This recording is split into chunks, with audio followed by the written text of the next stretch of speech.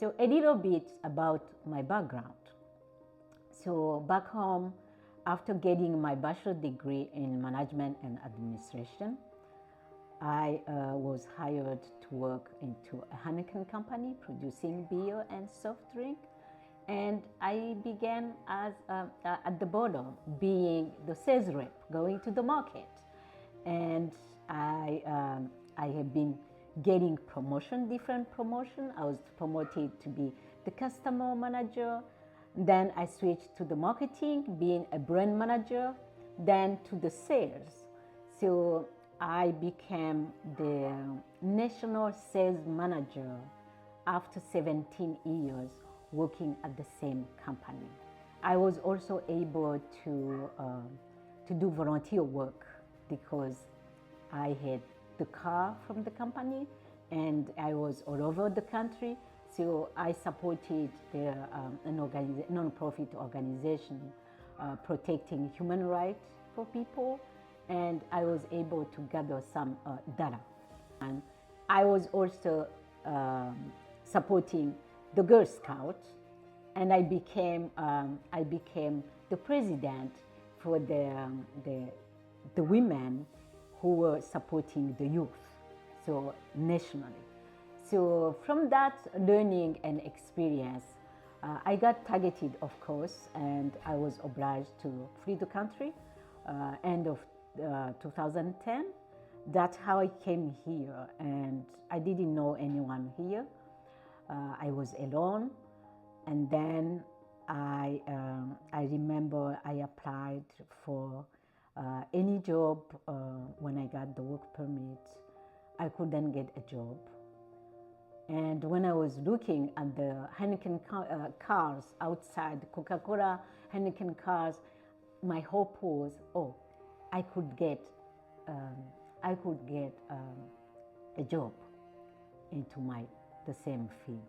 But I applied many times, but I couldn't get a job. And that was a learning from me.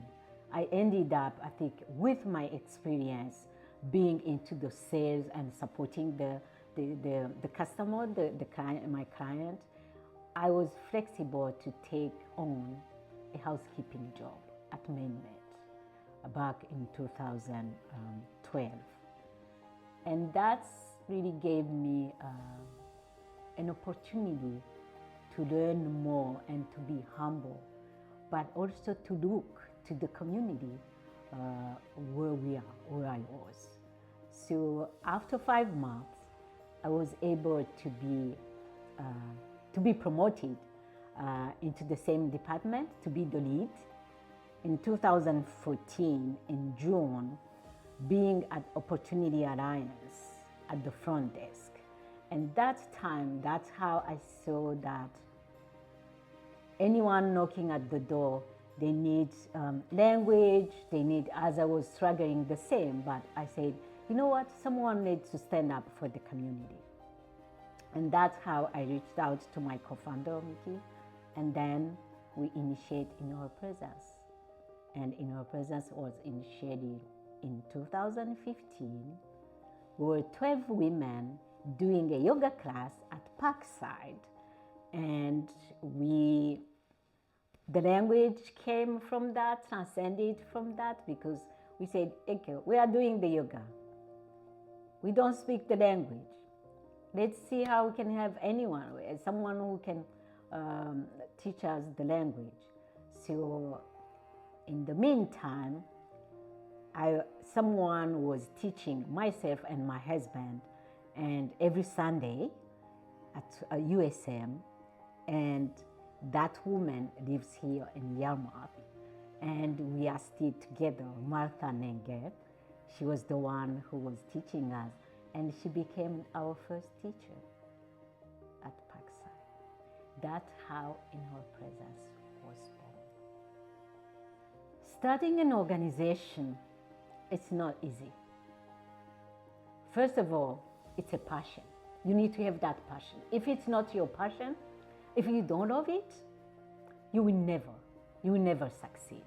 You may think you may do it, you may have the skills to do it, but if there's not a connection with the passion, you will never do it. You need to have the passion, but you need also, I think, to believe into relationship and trust. And that's, I have seen, it's key.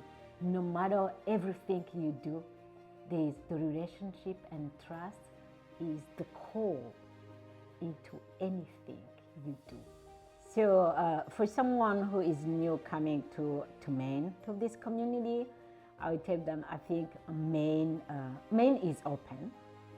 Maine has a willingness to support the people. Most of the Maine members, I think, in the community, they do want, they have that willingness. What I have seen is so hard, as I said, even from the beginning. It's the fear they hold of not knowing how to do it, how to work with other people with different culture. And I think it's on us, both the immigrant community coming and also the mainstream community, to come together and create that space so we can see what kind of action are we willing to put together so we can open up and break that silence, that one. The second thing I would say, that person, the new person coming, you need to be patient, but you need also to be determined, because the results are not going to be tomorrow or maybe after a year. It's going to take years and years. And every step you are going to make, you need to create connection and build that relationship, because those connections are the ones which are going to support you through your journey to thrive and to your success.